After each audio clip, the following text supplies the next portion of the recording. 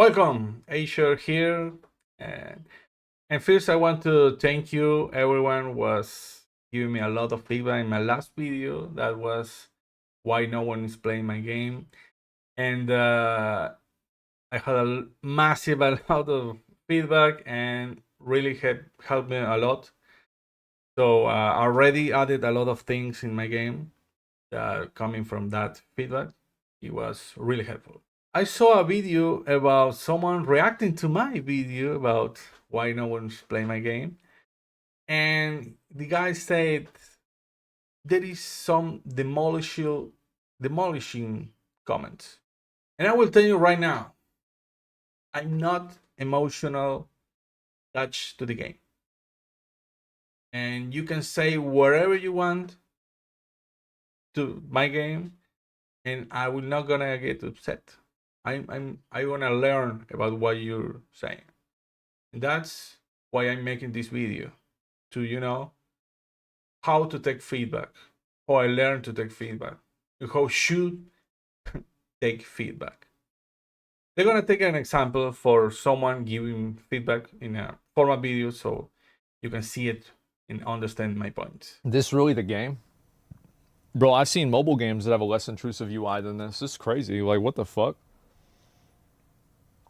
God damn. Yeah, this sucks. This is real bad. This is real bad. It's a real bad. This dude watched one frame of this game and he didn't play the game. He just took one look on one frame and then he said, it's shit, it looked bad. And that feels unreasonable because he didn't play the game. He didn't get to the end game from that game. He didn't play more than 100 hours. So how he can make this judgment? And I will have a take here. If you have a guy who spent 100 hours in your game, the feedback you're gonna get is how to keep players in that game. Maybe quality of life, but the game already is okay for that guy because he's already played. Now you have this other guy who took one frame and then tell you what he think about it. That feedback is for getting new players.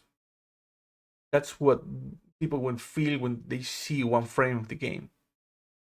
So that feedback is more valuable than the feedback of that player who spent 100 hours. That's my take here. Also, we need to think about feelings. Because here Asmongold is saying something about UI. Okay, UI look like a mobile. I don't know about that. I don't think that's the case, but whatever. And you can't argue that kind of stuff because he feels there is something wrong with the game. And you can't go out and say, hey, give me more accurate feedback. It's not his job. That's your job as a developer. You should be finding the way to make the game look good and fun in every single frame. And maybe you're thinking, okay, maybe the game doesn't look good there, and maybe another frame it will be good. I don't know. Well, and maybe you think, okay, it's hard. Okay, the development is hard, right? Everyone knows that, but it's not impossible because there are games that doing it, like Black Myth Wukong.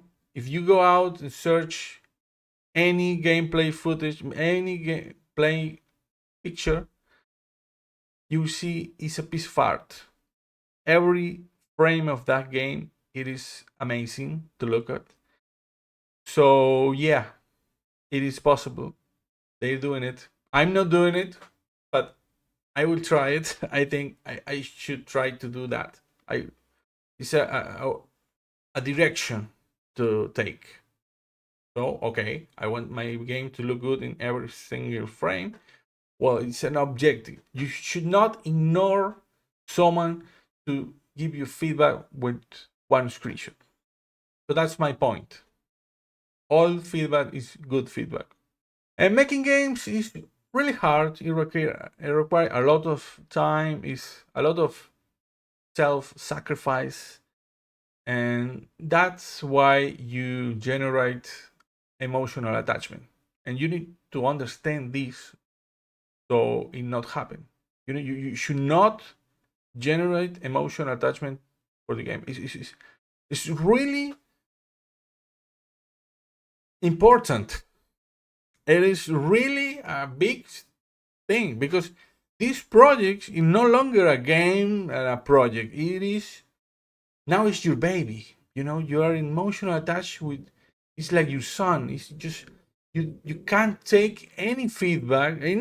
Anyone can say anything about your game because you are so emotional about it. So that's the worst way to make a game. And this will lead you to make delusional decisions.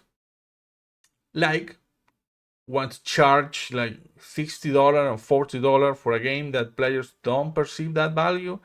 And maybe they think that game should be free and you want to charge $60. That happen a lot of time. And that's why, because you think your game is so great, you think it's the best game ever, and it's not.